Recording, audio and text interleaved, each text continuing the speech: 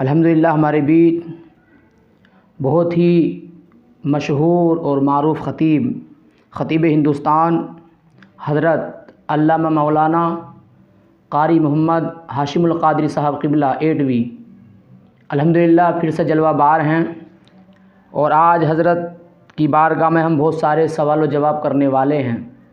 اور آج کی یہ ویڈیو خاص طور سے حضور خواجہ غریب نواز کے دیوانوں کے لیے ہیں، اور بہت سارے سوال و جواب اور وہ باتیں جو آج تک ہمیں حضور خواجہ پیا کے بارے میں نہیں معلوم، آج انشاءاللہ بہت کچھ آپ اس ویڈیو کے ذریعے سماعت فرمائیں گے۔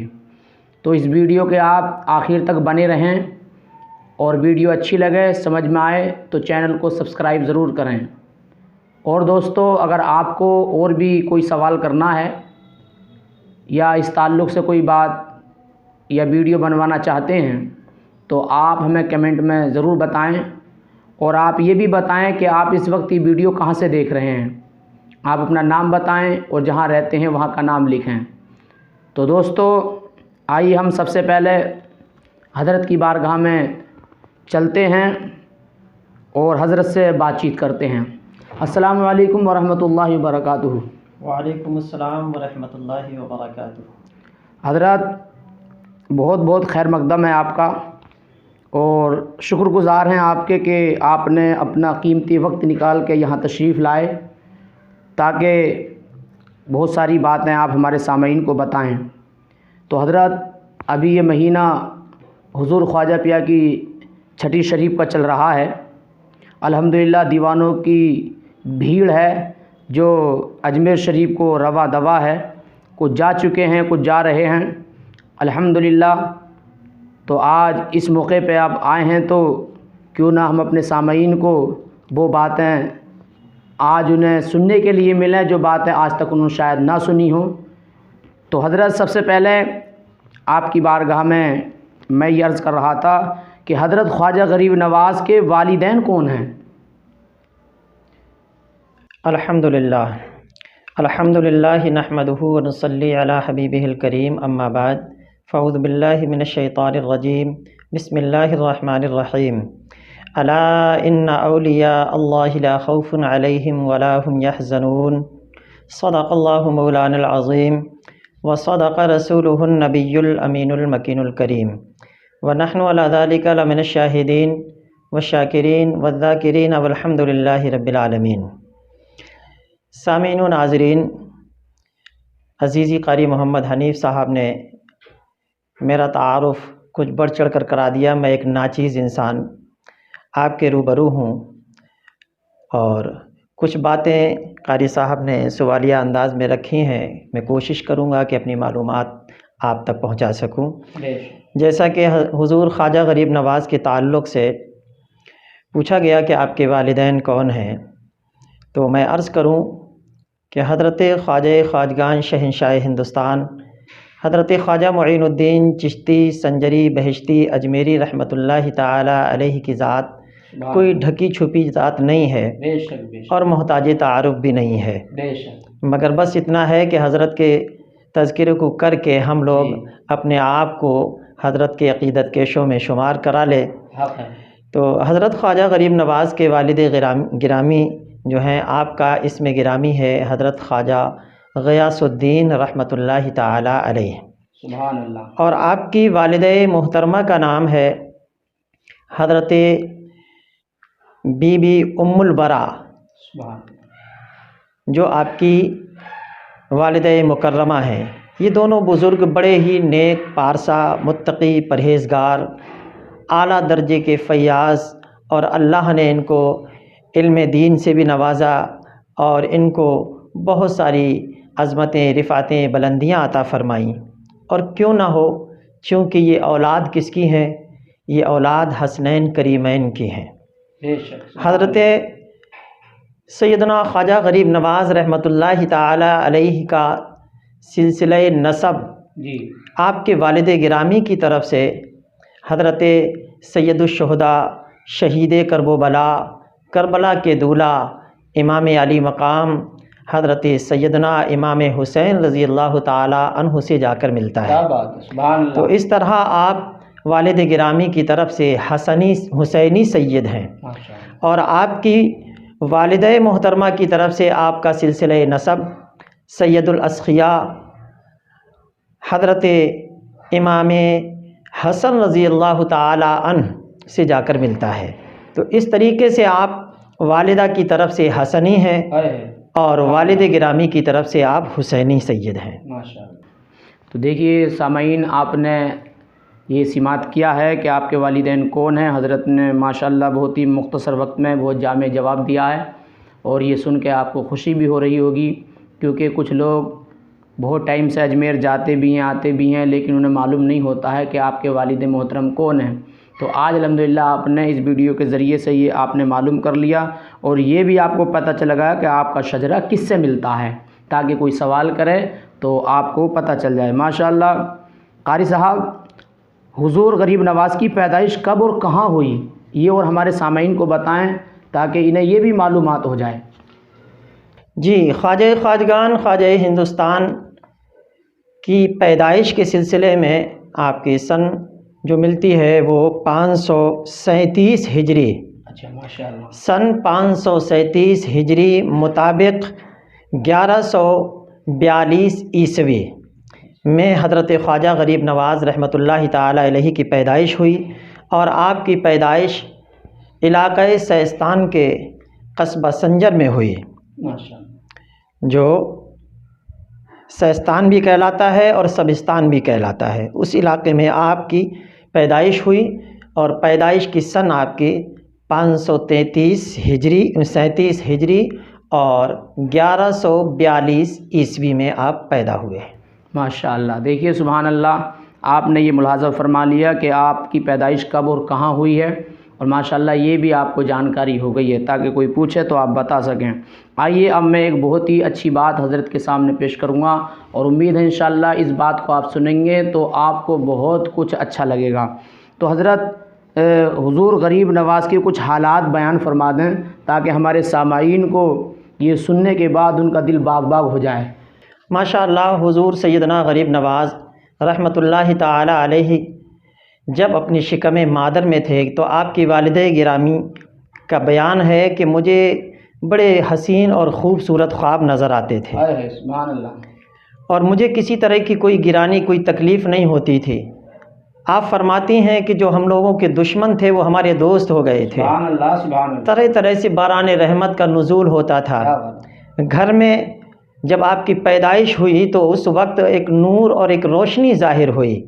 تو یہ خواجہ غریب نواز رحمۃ اللہ تعالی علیہ کی والدہ فرماتی ہیں کہ ولادت کے وقت سارا مکان نور الہی سے منور ہو گیا۔ سبحان اللہ، سبحان اللہ، جب آپ پیدا ہوئے تو گویا رحمت خداوندی بن کر آپ تشریف لائے، اور چونکہ آپ آل رسول ہیں، آل بطول ہیں، چمن زہرا کے ایک شگفتہ پھول ہیں، سبحان اللہ، حسنی اور حسینی خون آپ کی رگوں میں رواں اور دوا ہے، تو وہ شرافت، وہ عزت، وہ کرامت آپ کی سرشت میں داخل تھی۔ آپ پیدا ہوتے ہی دوسرے بچوں کی طرح لہو و لعب اور کھیل کود کی طرف متوجہ نہیں ہوئے، بلکہ آپ نہایت شریف النفس اور پارسا متقی پرہیزگار شخصیت کی حیثیت سے آپ نے بچپن بھی گزارا، اور 9 سال کی عمر میں آپ حافظ قرآن ہو گئے۔ واہ کیا بات ہے، سبحان اللہ، 9 سال کی عمر میں خواجہ غریب نواز حافظ قرآن ہو گئے۔ اس کے بعد پھر آپ علم حدیث، علم تفسیر کی طرف متوجہ ہوئے۔ ابتدائی تعلیم تو آپ کے والد گرامی حضرت خواجہ غیاث الدین رحمۃ اللہ تعالی علیہ کے ہی زیر سایہ ہوئی۔ اس کے بعد پھر دیگر اساتذہ سے آپ نے فیض حاصل کیا، اور اللہ کی مرضی اور اس کی مشیت دیکھیے کہ حضرت خواجہ غریب نواز ابھی 15 سال کے ہوئے تھے کہ آپ کے والد گرامی کا سایہ آپ کے سر سے جاتا رہا، آپ یتیم ہو گئے۔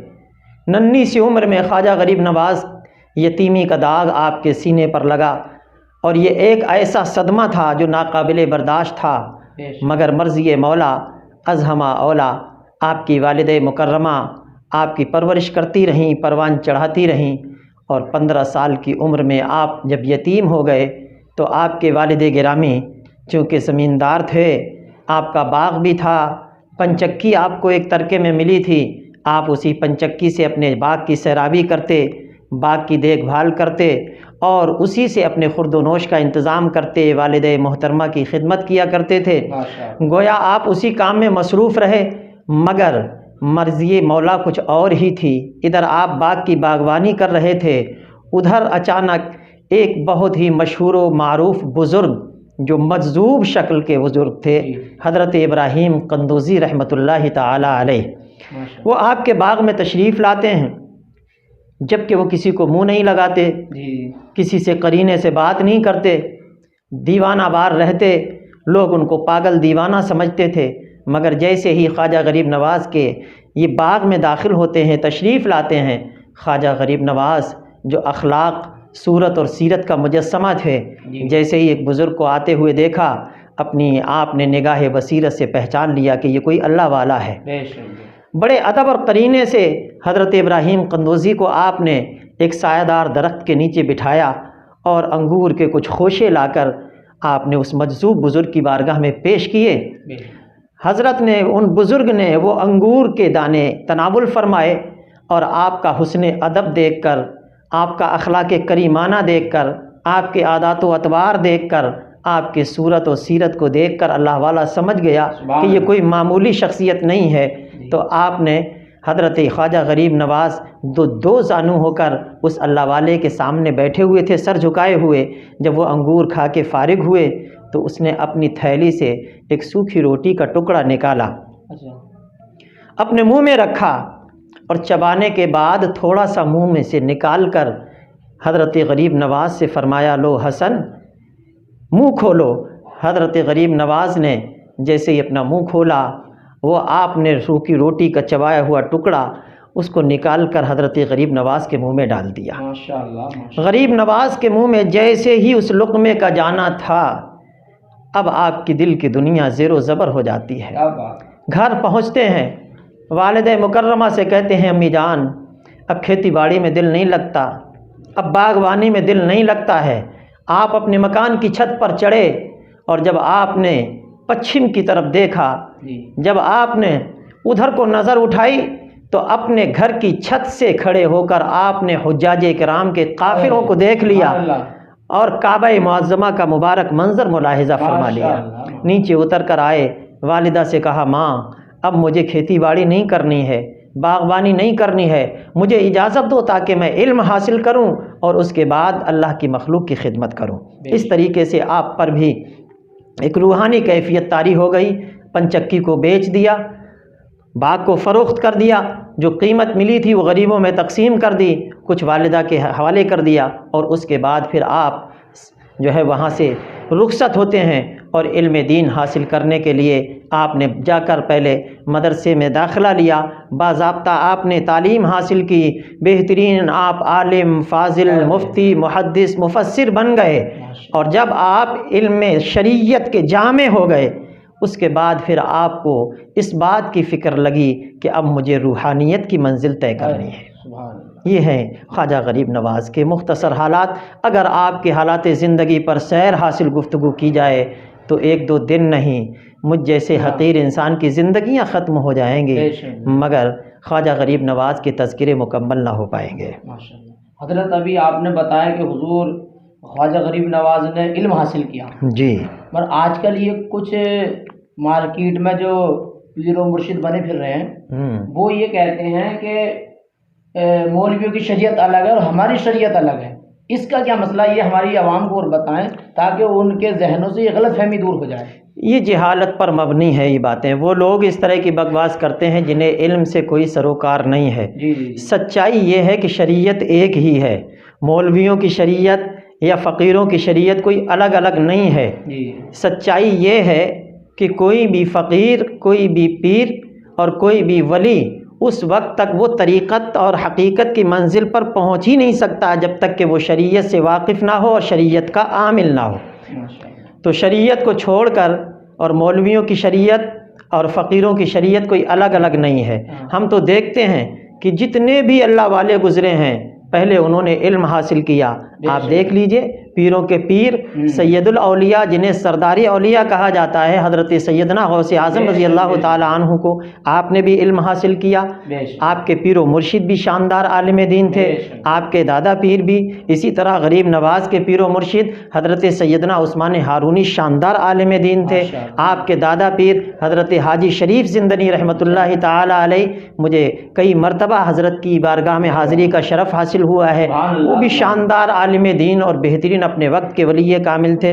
تو ایسا کچھ نہیں ہے، پیروں اور فقیروں اور علماء کا کوئی بھی مت بھید نہیں ہے، یہ جہالت کے کچھ لوگ جو جاہل نما صوفی ہیں وہ لوگ اس طرح کی بکواس کرتے ہیں، ورنہ جو سچے پیر ہیں، پکے پیر ہیں، اصلی پیر ہیں، ان کا کبھی بھی علماء سے اختلاف نہیں رہتا۔ ماشاءاللہ۔ دیکھیے حضرات، آپ نے بہت ہی اچھی بات یہ سماعت کی ہے، اور آپ لوگوں کے لیے ایک بات میں حضرت سے اپنی طرف سے معلوم اور کر رہا ہوں کہ حضرت ہمارے جو سامعین ہیں جو سماعت کر رہے ہیں اس وقت میں، کچھ ایسے ہیں جو مرید ہو چکے ہیں اور کچھ ایسے ہیں جو مرید ہونا چاہتے ہیں۔ تو جب مرید ہونا اگر وہ چاہتے ہیں تو وہ اپنے پیر میں کن باتوں کو دیکھ کے مرید ہوں، تو یہ اور آپ بتا دیں تاکہ انہیں آسانی ہو جائے۔ ہاں لیجیے، آپ نے جب یہ سوال رکھا ہے تو چونکہ ہمارے سامنے ہمارے بزرگوں کی تحقیق اور آج کے دور کے 14ویں صدی کے جو ہمارے علماء ہمارے سامنے موجود ہیں، ان کی جو معرکۃ الآراء کتابیں ہمارے سامنے ہیں، خاص طور سے حضور سیدنا اعلیٰ حضرت فاضل بریلوی علیہ رحمت و رضوان نے پیری مریدی کے تعلق سے جو فرمایا ہے کہ پیر کے لیے 4 شرطوں کا ہونا ضروری ہے۔ پیر میں 4 شرطیں دیکھ لیا کریں، اور اگر ان 4 شرطوں کو دیکھ لیں گے آپ تو انشاءاللہ آسانی سے گمراہ نہیں ہوں گے۔ سب سے پہلی شرط یہ ہے کہ جس کو آپ پیر بنانا چاہتے ہیں وہ سنی صحیح العقیدہ ہونا چاہیے۔ اگر کوئی وہ بد عقیدہ ہے، کوئی فرقہ باطلہ میں سے تعلق رکھنے والا ہے کہ یا سنیت کے معاملے میں ڈھلم الیقین ہے، دونوں ہاتھوں میں لڈو رکھنے والا ہے، تو اس طرح کے آدمی کو پیر نہیں بنایا جا سکتا۔ پیر بنانے کے لیے سنی صحیح العقیدہ، ٹنا سنی ہونا چاہیے۔ اور دوسری شرط یہ ہے کہ جس کو آپ پیر بنانا چاہ رہے ہیں وہ اتنا علم رکھتا ہو کہ اپنی ضرورت کے مسائل کتابوں سے حل کر سکتا ہو، یعنی وہ عالم ہو، اتنا علم رکھتا ہو کہ اپنی ضرورت کے مسائل کتابوں سے حل کر لے۔ اگر وہ اتنا علم نہیں رکھتا، بالکل کورا ہے، جاہل ہے، بالکل پڑھا لکھا نہیں ہے، تو ظاہر بات ہے کہ جب وہ پڑھا لکھا نہیں ہے، اسے خود کچھ نہیں آتا، تو وہ مریدوں کو کیا بتائے گا؟ بالکل حق بات ہے، کیا سمجھائے گا؟ جائز ناجائز کی تمیز اسے خود نہیں ہوگی تو وہ مریدوں کو کیا بتائے گا، سمجھائے گا؟ اس لیے پیر کے لیے جائز ناجائز کا علم، حرام حلال کی تمیز، روزے نماز حج و زکوٰۃ وغیرہ کے مسائل، اور جو ہے نکاح وغیرہ کے، طلاق کے، عدت کے جو ضروریات دین میں سے ہیں، ان چیزوں کا علم اسے آتا ہو اور اتنا پڑھا لکھا ہو کہ ضرورت پڑنے پر کتابوں سے اپنی ضرورت کے مطابق مسائل حل کر سکے۔ اگر بالکل جاہل ہے تو اس کو پیر نہیں بنایا جا سکتا، وہ پیر نہیں ہو سکتا۔ تیسری شرط یہ ہے کہ وہ فاسق معلن نہ ہو، علی اعلان گناہ نہ کرتا ہو۔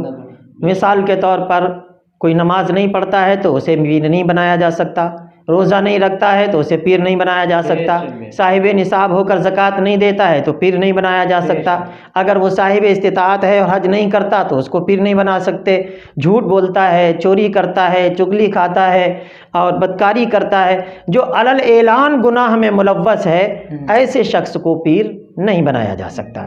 پیر بنانے کے لیے ایسا شخص دیکھیں کہ وہ فاسق معلن نہ ہو۔ ہاں بتقاضۂ بشریت کوئی لغزش اگر اس سے ہو جائے تو انسان ہے، وہ الگ چیز ہے، مگر عام طور پر عادی نہ ہو۔ مثال کے طور پر داڑھی کٹاتا ہے یا منڈاتا ہے، حد شرع سے کم رکھتا ہے، کئی انگوٹھیاں پہنے پھرتا ہے، سونے چاندی کے زیورات پہنے پھرتا ہے، یا بے پردہ عورتوں کے ساتھ رہتا ہے، اس طرح کی چیزیں جو ہے نا، یہ پیر کے لیے مانے ہیں، وہ پیر نہیں ہو سکتا کیونکہ یہ علی اعلان گناہ ہے، لہذا فاسق معلن نہ ہو۔ اور چوتھی شرط یہ ہے کہ اس کا سلسلہ خلافت اور بیعت رسول پاک صلی اللہ تعالی علیہ وسلم سے ملتا ہو، وہ فرضی خلیفہ نہ بن بیٹھا ہو، خواب کی خلافت لے کے نہ بیٹھ جائے، یہ تو ہے، یہ باپ پیر تھا تو یہ بھی پیر ہو گیا، ایسا نہیں ہونا چاہیے، سجادہ نشین بن گیا بس دھیرے دھیرے مرید کرنے شروع کر دیے، یہ ضروری نہیں ہے۔ کہ باپ پیر تھا تبھی بیٹا پیر ہوگا، یہ ضروری نہیں، اس کا سلسلہ خلافت و بیعت رسول پاک صلی اللہ علیہ وسلم سے ملتا ہو، یعنی اس کو کسی بھی باشرہ پیر نے خلافت دی ہو، ان کو ان کے پیر نے، ان کو ان سے اوپر، اس طرح یہ سلسلہ در سلسلہ ہوتے ہوتے رسول پاک صلی اللہ علیہ وسلم سے ملا ہوا ہو۔ اگر بیچ میں کہیں بھی کٹ ہے تو پھر سلسلے کا فیض نہیں ملے گا اور ایسے شخص کو پیر بنانے کی اجازت نہیں ہے۔ اس لیے میں آج اپنے تمام ہی سامعین و ناظرین سے گزارش کروں گا، میرے بھائیوں، میرے بزرگوں، آج کل پیر کو بھی بہت زیادہ دیکھ کر اور سوچ سمجھ کر ہی بنانا چاہیے۔ ہم نے بزرگوں سے سنا، وہ کہتے ہیں کہ پانی پیو چھان کے اور پیر کرو جان کے۔ تو پیر کو پہلے اچھے سے جان لو، دیکھ لو، پرکھ لو، اس کے بعد ہی اس کے دامن سے وابستہ ہو۔ تو ماشاءاللہ بہت ہی خوبی سے آپ نے 4 باتیں ہی بتائیں اور آپ نے بالکل اس کو سن لیا ہے، لیکن ابھی وقت جو چل رہا ہے حضور غریب نواز کے عرس کا چل رہا ہے، تو میں حضرت سے ایک بات اور پوچھنا چاہ رہا ہوں۔ حضرت، جب یہ پیر و مرشد کی جب بات آ گئی ہے کہ ہم پیر کسے بنائیں، مرید کن سے ہوں، تو پھر خواجہ غریب نواز کے پیر و مرشد کون ہیں؟ آپ کا کیا تذکرہ ہے وہ فرما دیں آپ۔ ماشاءاللہ جی، حضور خواجہ خواجگان شہنشاہ ہندوستان خواجہ معین الدین چشتی سنجری بہشتی اجمیری رحمۃ اللہ علیہ جب علم ظاہری سے آپ مزین ہو گئے جی، اور علم شریعت آپ کو کما حقہ آ گیا اور آپ نے اس میں کمال حاصل کر لیا، جی، تب آپ کو ایک مرشد کامل کی تلاش ہوئی۔ بے شک۔ اس کے لیے آپ نے سمرقند اور بخارا وغیرہ کا سفر کیا، تو پھر آپ کی ملاقات حضرت سیدنا خواجہ عثمان ہارونی رحمۃ اللہ تعالی علیہ سے ہوئی۔ حضرت عثمان ہارونی رحمۃ اللہ تعالی علیہ یہ آپ کے پیر و مرشد ہیں۔ آپ حضرت کی بارگاہ میں حاضر ہوئے، خواجہ غریب نواز نے جب حاضری کا شرف حاصل کیا اور اپنا مدعا پیش کیا کہ میں آپ کے ہاتھ پر بیعت ہونا چاہتا ہوں، تو آپ کے سلسلے کا جو دستور تھا، قانون تھا، اس کے مطابق حضرت عثمان ہارونی نے آپ سے کچھ پڑھنے پڑھانے کے لیے فرمایا۔ جی، پہلے کلمہ شریف وغیرہ پڑھنے کا، ورد کرنے کا حکم دیا، 3 شبانہ روز تک آپ نے چلہ کرایا۔ اس کے بعد پھر حضرت خواجہ غریب نواز کو آپ نے بیعت فرمایا، اور بیعت فرمانے کے بعد آپ نے فرمایا کہ جاؤ 1000 مرتبہ قل ھو اللہ شریف پڑھو۔ ماشاءاللہ۔ 1000 مرتبہ قل ھو اللہ شریف پڑھا، اور پڑھنے کے بعد جب آپ حاضر خدمت ہوئے تو آپ کے پیر و مرشد نے فرمایا، آسمان کی طرف دیکھو کیا دکھتا ہے؟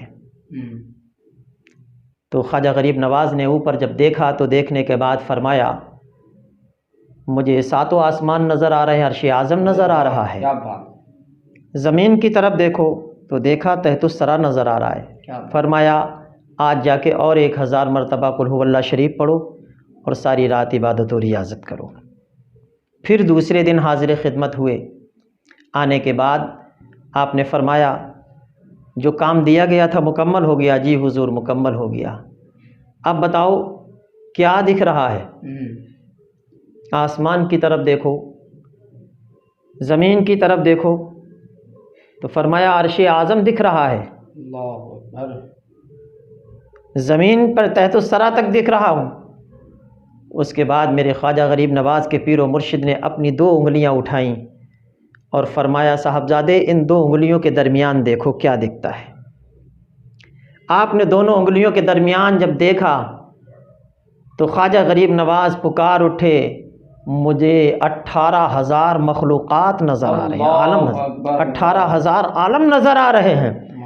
آپ کے مرشد گرامی نے فرمایا، تمہارا کام مکمل ہو گیا، اب تم مرید ہو گئے۔ مرید ہونے کے بعد پھر اب خواجہ غریب نواز اپنے گھر واپس نہیں آتے ہیں، آپ اپنے پیر ہی کی بارگاہ میں رہ جاتے ہیں۔ 1-2 دن نہیں، 1-2 ہفتہ نہیں، 1-2 مہینہ نہیں، 20 سال مسلسل اپنے پیر کی بارگاہ میں رہے، سبحان اللہ۔ اور اس وقت حضرت خواجہ عثمان ہارونی جہاں جاتے ساتھ ساتھ پیچھے پیچھے خواجہ غریب نواز آپ کا بستر، کھانے پینے کا سامان اور جو بھی سامان سفر تھا وہ اپنی پیٹھ پر لاد لیتے، پیر صاحب آگے آگے ہیں، مرید صاحب پیچھے پیچھے ہیں، اور آپ نے اس طرح جگہ جگہ کے سفر کیے، آپ بغداد بھی تشریف لے گئے اور جنہیں کہاں کہاں گھومتے رہے، اس طرح بہت سارے مناظر دیکھے۔ کل ملا کے آپ جب مکہ معظمہ پہنچے تو پیر و مرشد کے ہمراہ تھے۔ آپ نے وہاں پہنچ کر حرم کعبہ کے قریب کھڑے ہو کر حضرت خواجہ غریب نواز کا ہاتھ پکڑ کر اس طرح اوپر کیا اور عرض کیا، مولا یہ معین الدین ہے، اسے قبول فرما لے۔ سبحان اللہ۔ تو غیب سے آواز آئی، عثمان ہارونی، میں نے تمہارے مرید کو قبول کر لیا۔ سبحان اللہ۔ اس طرح غریب نواز کو بارگاہ خداوندی تک آپ نے پہنچا دیا اور فرمایا، لو معین الدین، میں نے تمہیں خدا تک پہنچا دیا۔ اس کے بعد پھر یہاں سے رخصت ہو کے مدینہ تشریف لے گئے۔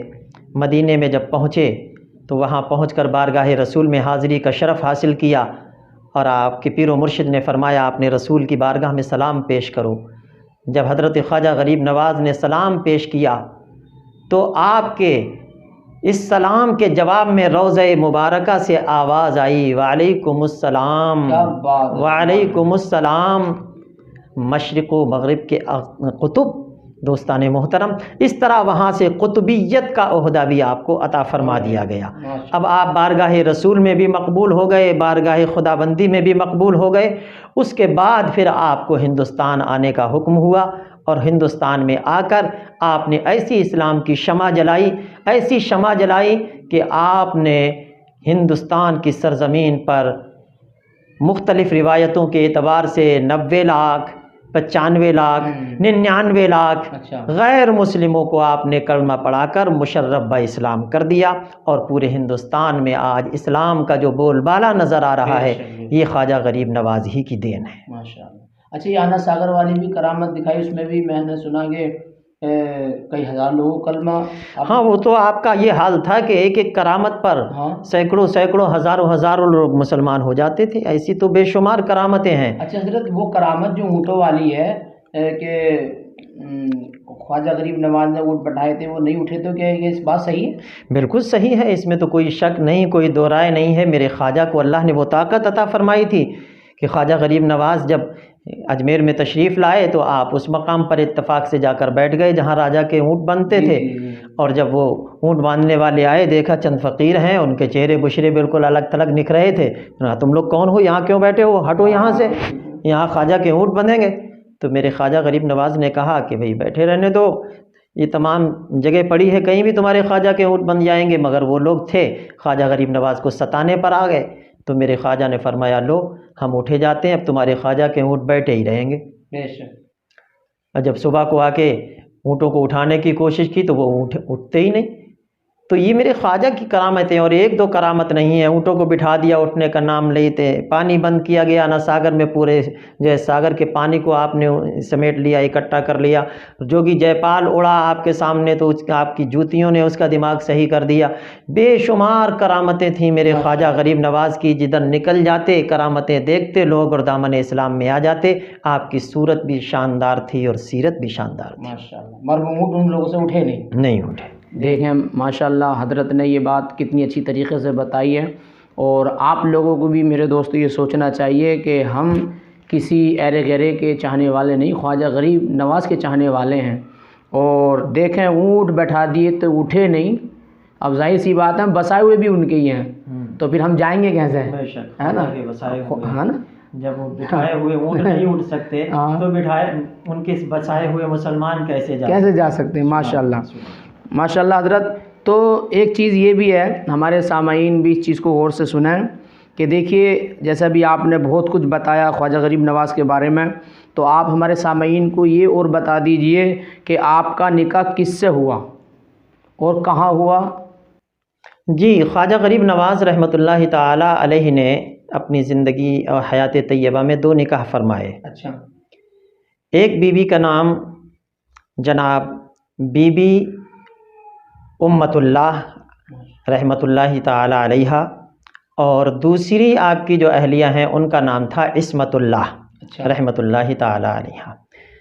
آپ کی جو پہلی بیوی ہیں ان سے آپ کے 2 صاحبزادے اور 1 صاحبزادی پیدا ہوئیں۔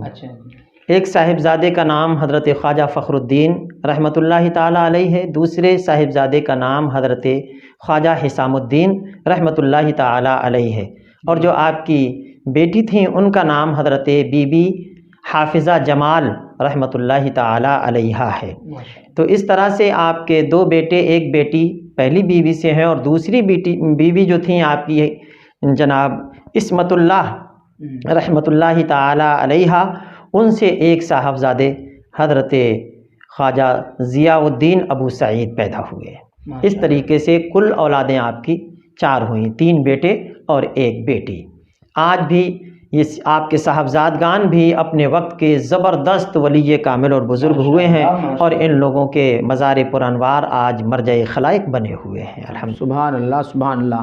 حضرات آپ نے دیکھی ملاحظہ فرما لیا کہ حضرت نے کتنے نکاح فرمائے ہیں، تو حضرت نے آپ کو بتا دیا ہے کہ 2 نکاح ہوئے ہیں، اور کتنے بچے ہوئے یہ بھی آپ نے ملاحظہ فرمایا۔ حضرت ہمارے سامعین ابھی جڑے ہوئے ہیں، اور ماشاءاللہ ویڈیو کافی بڑی ہوتی چلی جا رہی ہے، تو میں مختصر کر کے حضرت کی بارگاہ میں ایک سوال اور کرتا ہوں۔ آپ نے بتایا کہ خواجہ غریب نواز کے والدین کون ہیں، آپ کا شجرہ کیسا، آپ کی پیدائش کب ہوئی، تو آپ ہمارے سامعین کو یہ اور بتائیں کہ آپ کا وصال کب اور کیسے ہوا؟ جی، حضرت خواجہ غریب نواز رحمۃ اللہ تعالی علیہ اجمیر شریف میں جب تشریف لے آئے، وہیں آپ کا قیام ہوا، اور ایک زمانہ دراز تک آپ اسلام کی ترویج و اشاعت کرتے رہے، اور جب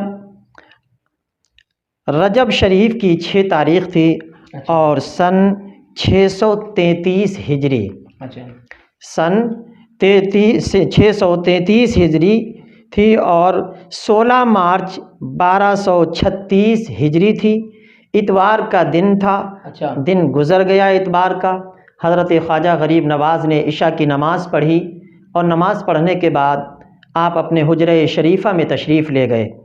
آپ نے اپنے خدام سے فرمایا کہ دروازہ بند کر دو، اور اس حجرے کے اندر کسی کو آنے کی اجازت مت دینا۔ خواجہ غریب نواز اپنے حجرے میں اندر سے دروازہ بند کر کے داخل ہو گئے۔ آپ محو عبادت و ریاضت رہے۔ خدام کا بیان ہے کہ رات میں مختلف قسم کی آوازیں اور عجیب عجیب حرکتیں سنائی سی محسوس ہو رہی تھیں، اور جب رات کا آخری پہر آیا تو پھر وہ آوازیں بند ہو گئیں۔ صبح صادق نمودار ہوئی، نماز فجر کا ٹائم ہوا۔ لوگ اس بات کے انتظار میں تھے کہ غریب نواز سرکار تشریف لائیں گے، نماز پڑھائیں گے، مگر جب آپ تشریف نہیں لائے، نماز کا وقت ان قریب ہو گیا، تب دروازہ کھٹکھٹایا گیا، دستک دی گئی، کوئی آواز نہیں آئی، کسی طرح کا کوئی بھی آپ کو اندر سے جواب نہیں ملا۔ تب لوگوں نے سوچا کہ معاملہ کچھ عجیب سا لگ رہا ہے، تو دروازہ توڑ کر جب اندر دیکھا گیا تو خواجہ غریب نواز رحمۃ اللہ تعالی علیہ مالک حقیقی سے جا ملے۔ آپ کی روح قفس انصری سے پرواز کر چکی تھی، اور آپ کی پیشانی مبارک پر غیب سے لکھا ہوا تھا، ھذا حبیب اللہ مات فی حب اللہ، یہ اللہ کا محبوب ہے، اللہ کا دوست ہے، اور اللہ ہی کی دوستی میں اس نے جان دے دی۔ سبحان اللہ۔ اس طرح 6 رجب کی رات میں آپ نے داعی اجل کو لبیک کہا۔ آج خواجہ غریب نواز کو 811 سال گزر گئے، 811 سال گزر گئے۔ آپ کا مزار مبارک اسی حجرہ شریفہ میں بنایا گیا جو آج مرجع خلائق ہے۔